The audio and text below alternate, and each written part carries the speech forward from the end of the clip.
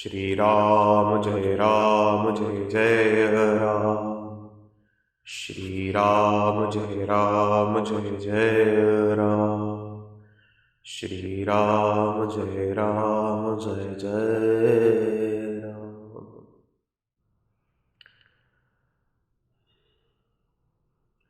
आज मैं आप सभी के सामने महाराज जी के साथ जो एकांत में उनकी सेवा करते हुए मैंने जो उनसे उनकी वाणी प्राप्त की, उनसे जो ज्ञान प्राप्त किया, उनसे जो उनके अनुभव प्राप्त किए वो साझा करता। महाराज जी कहते थे, मैं पूछता था, महाराज जी, दादाजी, ये बताइए कि अगर आपके जैसा बनना है, अगर आपके जैसा स्वभाव लाना है, अगर आपके जैसे मन को कंट्रोल करना है, अगर आपके जैसे जीवन में सब कुछ त्यागना है और आपके जैसे प्रभु से प्रेम करना है, प्रभु के प्रति लगन लगानी है और केवल ब्रह्म चिंतन ही एकमात्र लक्ष्य ये मन में बैठाना है, तो इसके लिए क्या करना पड़ेगा? तो महाराज जी, दादाजी कहते थे कि बेटा, अगर तुम्हें ईश्वर को प्राप्त करना है और उस एक परमात्मा की अनंत शक्ति को पहचानना है, उसका अनुभव करना है, उसकी अनुभूति करना है, तो दो चीजों को त्याग दो। क्या? मैंने पूछा क्या? तो कहते हैं, एक निद्रा और एक भूख। और ये मैंने उनके जीवन में देखा। अभी तो पिछले 15 सालों से जब उन्होंने 75 साल की आयु क्रॉस की, तो वो 3.25 घंटे रात में और 1 घंटा दिन में सोते थे।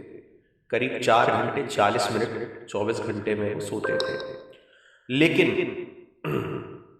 मैंने जैसा देखा भी है, थोड़ा बचपन की कुछ छोटी भूली बिसरी यादें, और जैसा अपने घर में आने जाने वालों से सुना है कि महाराज जी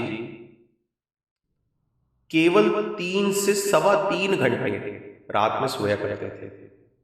कितनी आयु तक? 75 वर्ष की आयु तक 3.25 घंटे रात्रि में, 11 से 2:30 पौने 3, और दिन में 40 मिनट सोते थे। तो कुल मिलाकर के 4 घंटे वो सोते थे। ब्रह्मचर्य आश्रम रहा, गृहस्थ आश्रम रहा, वानप्रस्थ आश्रम रहा,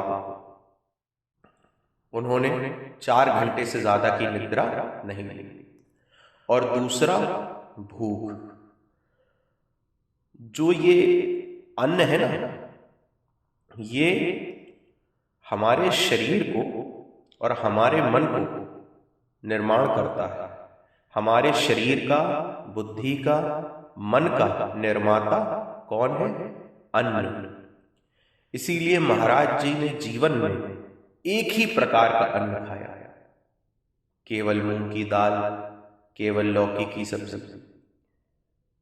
एक समय की बात है, एक दिन मेरा मन हुआ मैं महाराज जी के लिए सब्जी बनाऊं, तो मैंने बढ़िया आलू गोभी मटर की सब्जी बनाई महाराज जी के लिए। मुझे लगा महाराज जी खाएंगे।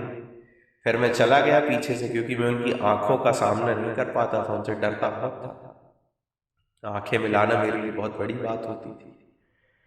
मैं चला गया बाजू वाले कमरे में, हरिद्वार में, रसोई के बाजू वाले कमरे में।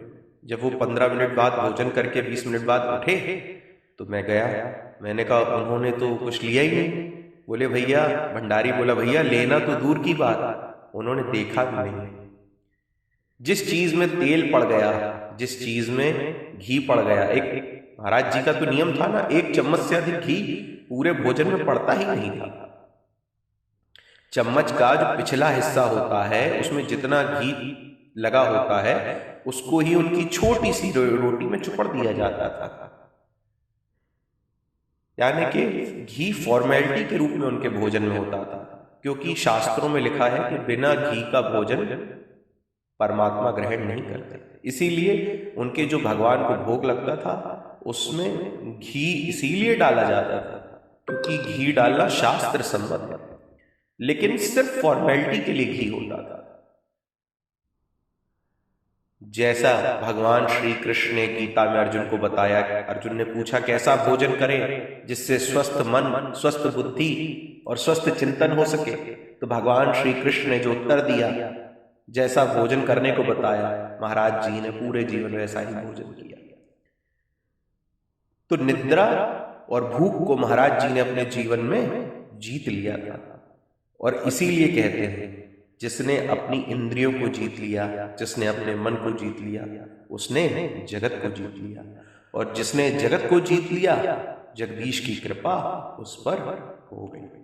तो महाराज जी परमात्मा के ही अंश थे और जगदीश अर्थात प्रभु की अनंत कृपा उन पे सदा बनी रही। इसीलिए वो सदा परमात्मा के ही चिंतन में रहे। आज मैंने आपको बताया कि महाराज जी के जीवन में निद्रा और भूख इस पर उनकी लगाम थी, उनकी पकड़ थी। जैसे अर्जुन के रथ के घोड़ों की रास कृष्ण के हाथ में, ऐसे ही उनके मन, बुद्धि, चित्त को उन्होंने बड़ी ही लगाम के साथ पकड़ रखा था और अपने मन और बुद्धि के घोड़ों को उन्होंने संसार में भटकने नहीं दिया, केवल और केवल कृष्ण में लगाए रखा। उन्होंने निद्रा का त्याग कर दिया, भूख का त्याग कर दिया। ऐसी कोई भी वस्तु, पद, पदार्थ जो उन्हें संसार की ओर ले जाए और भगवान से अलग करे, उसका उनके जीवन में प्रवेश ही उन्होंने होने नहीं दिया। इसीलिए मैं ये आपको बता रहा हूं कि महाराज जी के जीवन की ये दो बहुत बड़ी शक्तियां थी। एक बार एक शंकराचार्य, मैं नाम नहीं लेना चाहूंगा, एक शंकराचार्य जी को महाराज जी वृंदावन में न्योता देने गए कि आपको आश्रम में आना है। उस समय उनके घुटनों का ऑपरेशन हुआ था, तो व्हील चेयर होती ना, उस पर शंकराचार्य जी बैठे प्रवचन कर रहे थे। तो उन्होंने, शंकराचार्य जी ने कहा कि पांडे जी ये बताइए, दीनदयाल पांडे जी ये बताइए कि आपके इस हल्के फुल्के शरीर का राज क्या है। हालांकि वो जानते हैं कि महाराज जी अपने नियम के प्रति बड़े पाबंद हैं, लेकिन फिर भी उन्होंने हंसते हुए प्रश्न किया और महाराज जी ने सिर झुका करके हल्का सा मुस्कुराते हुए नमस्कार करके वहां से चले आए। तो महाराज जी का जो भोजन था, उस पर जो उनका कंट्रोल था, उसने महाराज जी के मन को सदा भगवान के भजन में ही लगे रहने दिया। महाराज जी का भोजन, महाराज जी का संयम, महाराज जी का जीवन अगर ये किसी ने धारण कर लिया तो फिर वो भी महाराज जी की तरह भगवान को प्राप्त कर सकता है।